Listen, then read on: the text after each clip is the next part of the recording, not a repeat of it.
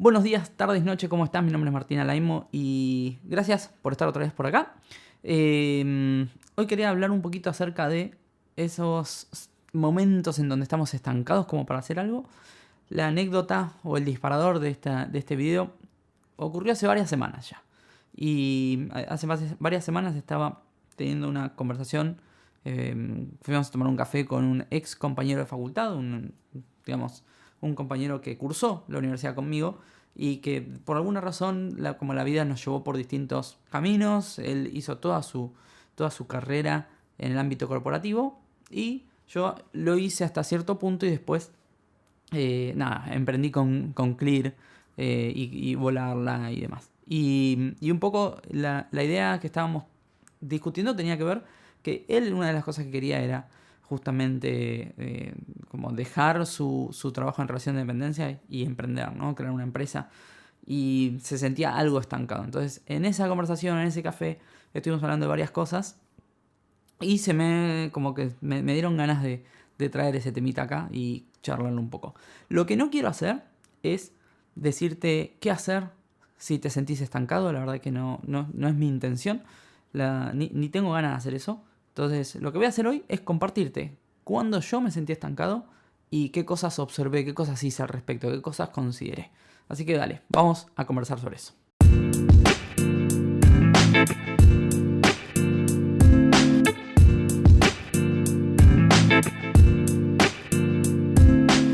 Bueno, ya que estamos, vamos directo a hablar del tema.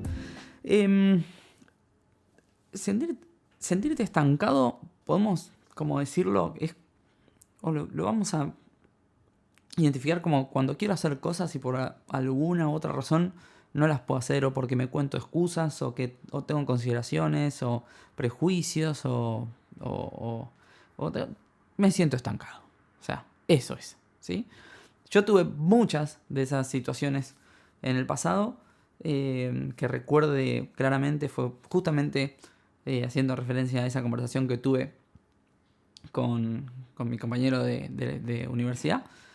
Una de esas fue cuando renuncié a Accenture y emprendí con Clear, ¿sí? Entonces, hasta ese momento me sentía como estancado, como que por alguna razón no podía hacerlo. Vamos a esperar a que pase el auto. Está ahí. Listo, ya pasó. Seguimos. Esa es una, ¿sí? Otra es cuando estando en Clear, los talleres que yo estaba dando eran talleres como de un máximo de 20 personas, ¿no? No más de 20 personas, no más de 20 personas por la calidad y demás. Y de alguna forma yo quería escalar, yo quería llegar a más personas, poder tener dinámicas y un diseño de esos talleres que permitan ir un poco más allá. Y no estaba encontrando la manera. Esa también es otra forma de estar estancado. Otro modelo de estancamiento, o por lo menos situación de estancamiento que yo pasé, fue cuando durante varios años quería, podríamos decir, digitalizar, pero hoy está como muy de moda la palabra digitalizar, así que vamos a usar otra cosa, de tener, abordar o incursionar en el ámbito de la enseñanza virtual, la enseñanza online, y no tanto la presencial que venimos haciendo hasta ahora. Ese fue como otro momento de estancamiento que yo sentí, que tuve varias barreras para romper. Y otro momento significativo tenía que ver con Volarla, ¿sí? Bueno, Volarla es otro emprendimiento, lo puedes buscar, es un canal de YouTube que tenemos con un amigo que se llama Nicolás.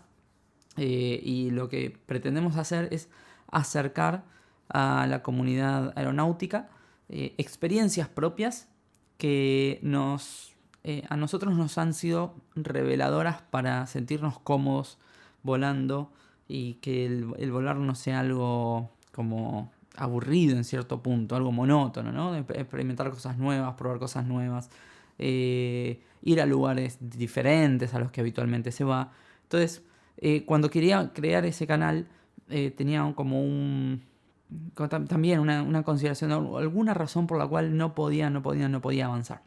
Así que bueno, lo que voy a hacer es contarte un poco lo que, evaluando en retrospectiva, ¿sí? Con el diario del lunes, ¿o no? Obviamente, qué creo que me estaba pasando en esas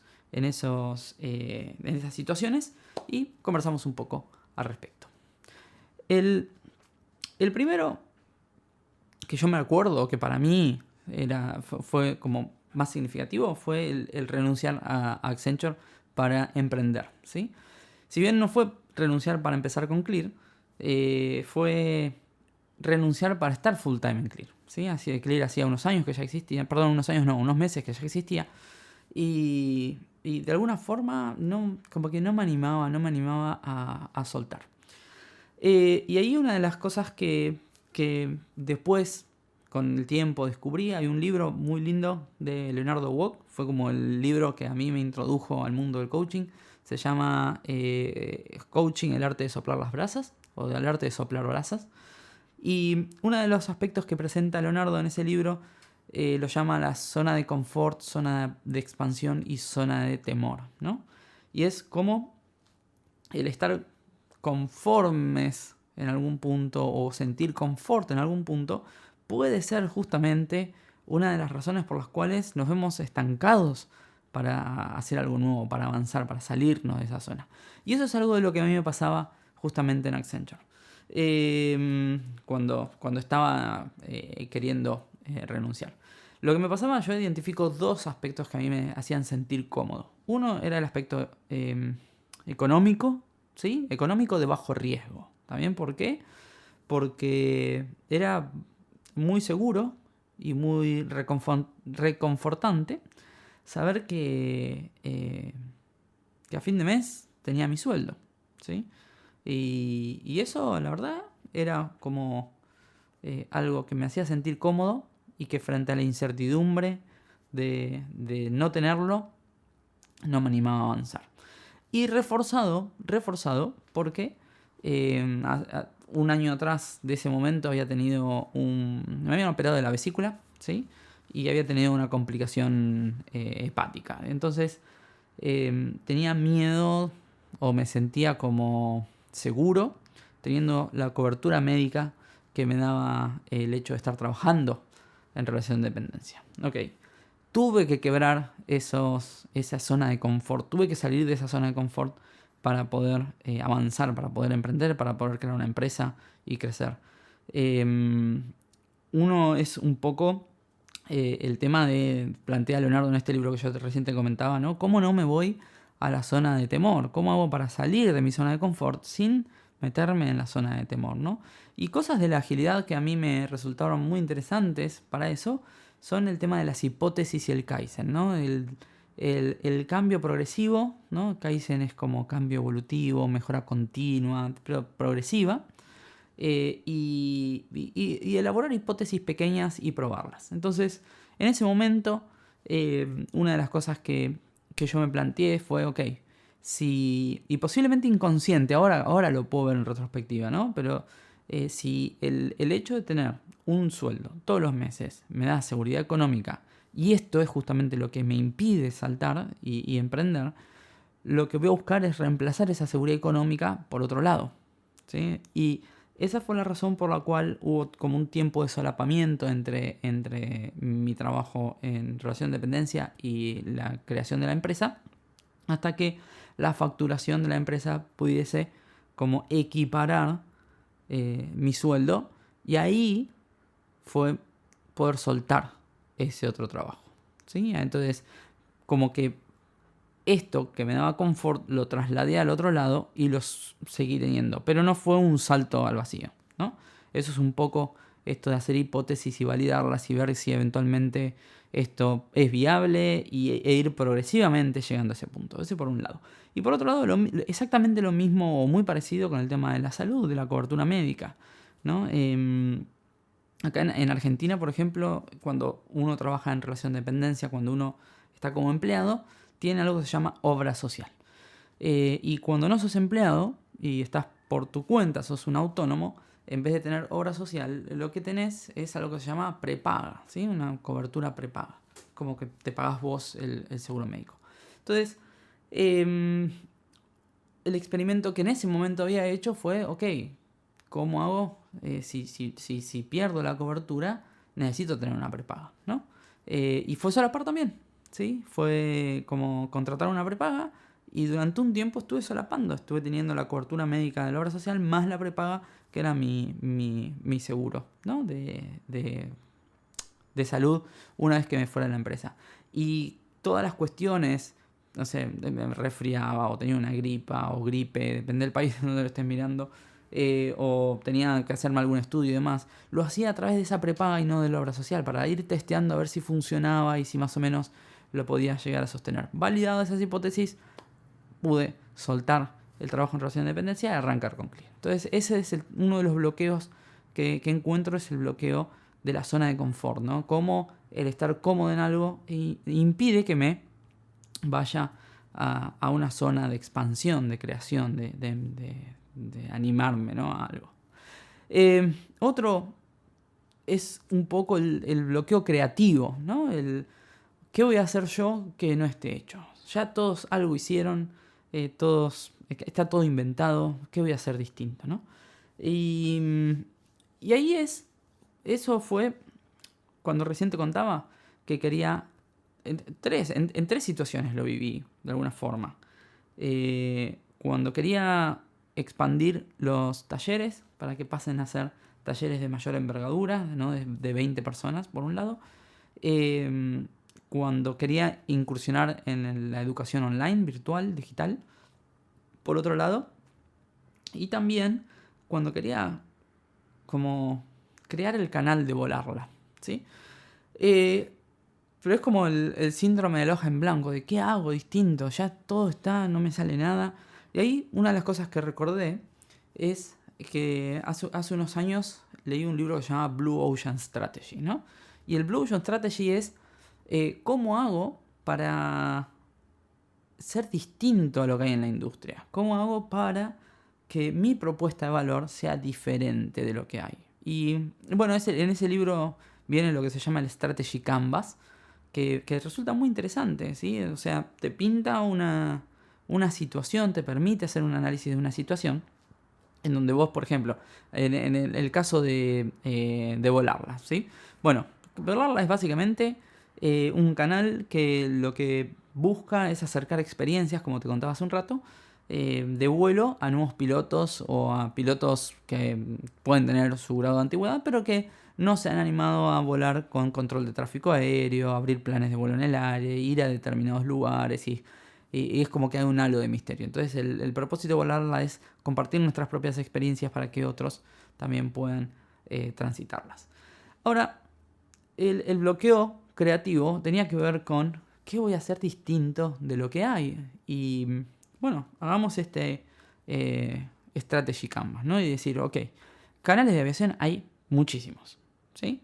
Videos de gente volando sus aviones hay un montón. Ahora, ¿cómo son estos videos? Y bueno, son videos que tienen ruido de motor, ¿sí? Se escucha el avión volando. No necesariamente en muy pocos se escuchan las comunicaciones con el control de tráfico aéreo, ¿sí? Y la voz del piloto, ¿está bien? Porque son cámaras que están grabando al aire, no necesariamente estén conectadas al sistema de audio y de comunicaciones del avión, por un lado. Por otro lado, son videos de edición amateur, de baja o nula edición, ¿no? Es un video que así como sale la cámara, lo suben a YouTube. Y además, como que no tienen un hilo conductor en ese video.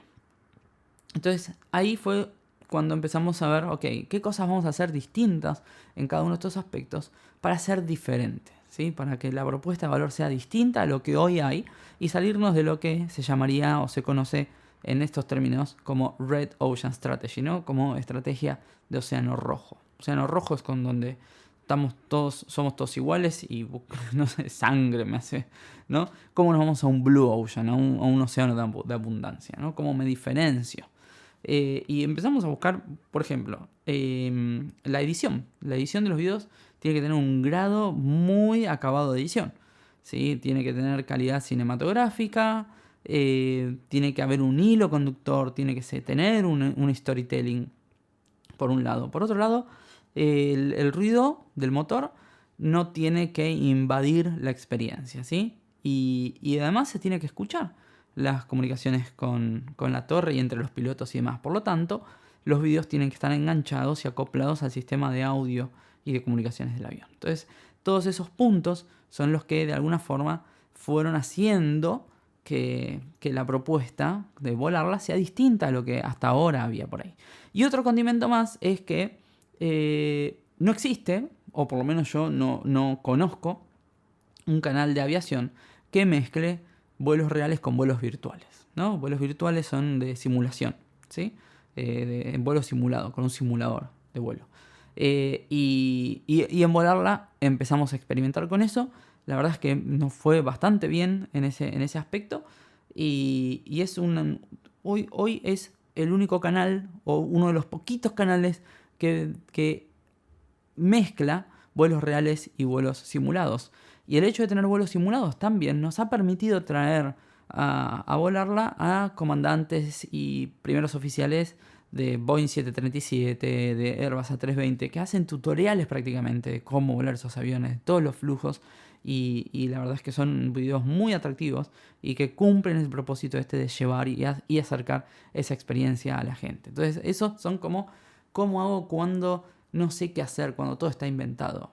Blue Ocean Strategy, Strategy Canvas, buscar cuáles son los aspectos diferentes. Y eso a veces hay que pensar fuera de la caja, ¿no? A veces hay que pensar... muchas veces hablamos con, por ahí, no sé, gerentes o ejecutivos de alguna organización, que yo no puedo hacer mucho en mi industria, ya está todo hecho, ¿no? Y la pregunta por ahí interesante es, en tu industria, ¿sí? En 10 años, ¿crees que el mercado o la industria o la oferta de valor va a cambiar? ¿Que alguien va, de acá a 10 años, alguien va a presentar algo diferente? Y la mayoría de las veces la respuesta es sí, alguien va a presentar algo distinto. Y bueno, ¿y por qué tiene que ser dentro de 10 años y no ahora? ¿Y por qué tiene que ser otro y no vos? ¿Sí? ¿Qué es lo que no está pasando? ¿Qué es lo que no estamos viendo? ¿Cuáles son las condiciones que no están existiendo? Que hoy no se da eso, ¿no? Entonces ahí se arma una conversación bastante diferente, ¿sí? Bastante diferente. Y bueno, eso fue la forma de, por lo menos cómo yo logré desbloquear, ¿sí? Salir de ese estancamiento del bloqueo creativo. Otro bloqueante tenía que ver con el miedo al fracaso, ¿sí? ¿Qué hago si fracaso? ¿Qué pasa si me equivoco? Y esto para mí es súper representativo del mover o de expandir la actividad al online, a lo virtual. Yo me acuerdo que decía como, ¿qué pasa si no me va bien? ¿No? ¿Qué pasa si le pongo mucho tiempo? ¿Qué pasa si descuido otras cosas y esto no funciona? Entonces, digamos, la evidencia más tangible de eso es el PAC, el Professional Agile Coach, que es un programa 100% online. 100% online. Y existe hace ya 4 años, ¿sí? O sea, hoy estamos 2019, es no quiero mentir, pero debe ser la octava edición. Octava y novena edición, porque hay 2 ediciones corriendo, ¿no? Y el grado de acabado y de volumen del programa en esta instancia no es el mismo que cuando hicimos las primeras hipótesis, cuando creamos en su momento se llamaba Agile Team Coach, ATC, ¿no? Después vino en Professional Agile Coach. Pero en su momento, me acuerdo que la primera edición eran 9 personas probando online, y hoy hay cerca de 56 personas con una plataforma online que les presenta todas las actividades, en donde existen los mentores y se hacen revisiones y se sube material y hay discusiones y se pueden seguir las métricas, el progreso de cada uno. O sea, tienen toda una infraestructura bastante acabada.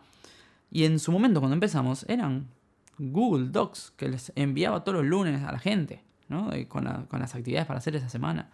Y todo el traqueo y el seguimiento era todo manual en un Google Spreadsheet, horas y horas y horas haciendo eso.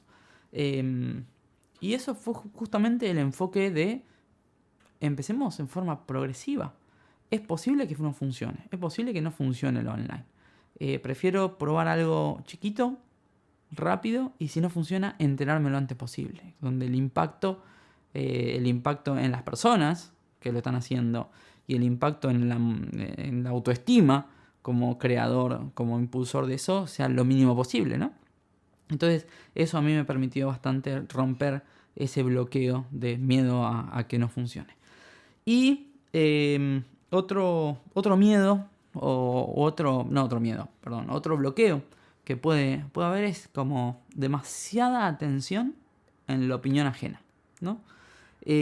Cuando en el 2012 yo me certifiqué como CST, como Certified Scrum Trainer, y en la comunidad de CSTs hay como había, por suerte ya está, ya hemos superado esa etapa, había podría decir, prejuicio o consideración de que más de 20 personas en una sala se baja la calidad, ¿no? Se baja la calidad de la enseñanza, del aprendizaje.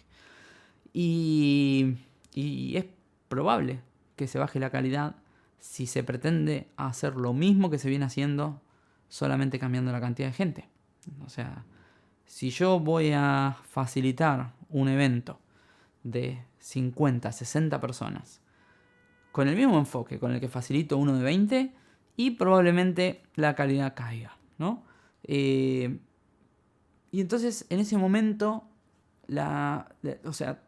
todo el esfuerzo fue en pensar afuera de la caja, ir a visitar otros lugares, ir a visitar otras disciplinas, leer, informarse, salirte del ecosistema sesgado en que más de 20 personas es baja calidad, ¿sí? Por un lado. Y por otro lado, empezar a entender que las opiniones que los demás tienen habla más de las personas que están opinando que del objeto sobre el cual opinan, ¿sí? Entonces, si una persona opina o generaliza, ¿sí?, que en talleres de más de 20 personas la calidad baja, es muy probable que esa opinión esté fundada en su propia experiencia, en que hasta ahora no ha sabido cómo resolver la problemática de tener más de 20 personas en la sala, y que las veces que lo ha intentado ha experimentado baja calidad. O ha sido participante de talleres con más de 20 personas en donde no ha recibido la calidad que esperaba. Pero lo que hay que entender es que eso no es nada más ni nada menos que la propia experiencia de esa persona. Y que esa persona puede estar opinando acerca de tu producto. Y te dice, si lo haces con más de 20 va a tener baja calidad.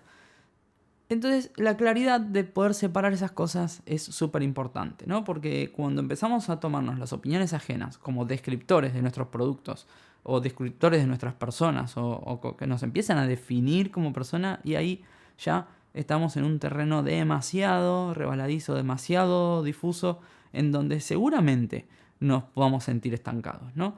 Lo que a mí me estaba pasando es que yo, además, me había comprado el cuento.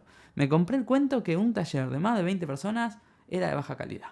Y lo que tuve que quebrar para poder cambiar y para poder escalar en la cantidad de personas y abrir mi cabeza para plantear diseños que hasta ahora no habían pensado nunca, fue justamente el hecho de empezar a descreer de esa creencia mía, justamente, ¿no? De empezar a dudar de mis prejuicios, ¿no? Y ahí es como pude empezar a liberar un poco el camino para poder crecer en cantidad de personas. Pero básicamente, cuando estamos sujetos a la opinión ajena, es saber que la opinión de otro es simplemente su opinión, no es una observación, ni está describiendo tu producto, tu taller, tu servicio, tu persona o tu profesionalidad. Simplemente es una opinión acerca de su propia experiencia que hablará más de él o de ella que de vos. Entonces, en principio, empezar a hacer esa separación. Y segundo, entender si estás cayendo en esas como cuentos populares o cuentos sociales en donde no sos capaz de ver que hay otro mundo distinto al que te estás contando hasta ese momento. Entonces, ahí lograr ver esas cosas es otra forma como de desbloquear la posibilidad de avanzar y de innovar y de crear cosas nuevas. Y acá una de las cosas que quiero hacer de diferencia es el tema del feedback, ¿sí? Opiniones malas sobre algo que hagas pueden tener cosas muy valiosas. Pueden tener datos muy valiosos, observaciones muy valiosas, que si las sabes incorporar como feedback, te podrían llegar a ayudar en mejorar tu producto o tu servicio. Para mí no es importante o no es obligatorio, diría, incorporar siempre todo el feedback. Hay prioridades, todo feedback compite con otras cosas, con otros feedbacks. Entonces tendremos que priorizar, tendremos que ver qué encaramos en cada momento, qué cosas postergamos, qué cosas despriorizamos y qué cosas sí priorizamos, ¿sí? Pero entender que cuando hay una opinión no muy buena sobre un producto nuestro, sobre un servicio nuestro, en principio es la opinión de otro, pero si me resuena a mí y se me hace algún clic en la cabeza, es porque ahí algo hay, ¿sí? Detenerme a ver si esa opinión la puedo llegar a transformar en algún feedback positivo para incorporar y de esa manera hacerme cargo de mi propia incomodidad eventualmente, ¿no? Así que bueno, eso es mi historia, un poco de las situaciones en las cuales yo me sentí bloqueado y las cosas que hice y me ayudaron. Espero que posiblemente te ayude, posiblemente no, pero bueno, te lo quería traer y lo quería compartir. Así que gracias por haber escuchado hasta acá y nos vemos en un próximo episodio de este canal. Hasta luego. Chao, chao.